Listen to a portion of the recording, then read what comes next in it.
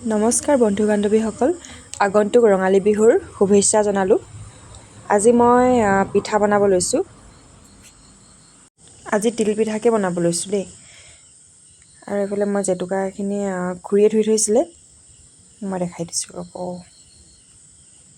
এইখিনি বজাৰৰ পৰা আনিছিলোঁ, যিহেতু ছিঙিবলৈ টাইম নাপাম বুলি সেইকাৰণে বজাৰৰ পৰাই লৈ আহিলোঁ।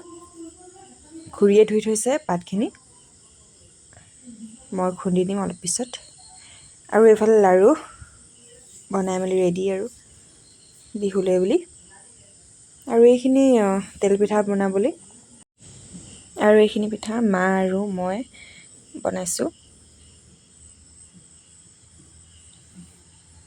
আৰু এইফালে পিঠাবোৰতে কিমান কথা শুনিবা, এফালে মাৰ এফালে আইতাৰ পূৰা শিকাই আছে পিঠা পুৰিবলৈ,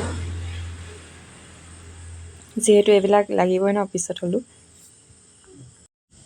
আইতাই কৈছে পিঠাটো ডাঠ হৈছে, মায়ে কৈছে আৰু অলপ মছলা দে আৰু কিবা কিবি। ট্ৰাই কৰি চালোঁ আৰু পাৰিছোঁগৈ। বেছি ভালো নাই হোৱা বাৰু। এইখিনি মাও বনাইছে, ময়ো বনাইছোঁ আৰু দুটামান।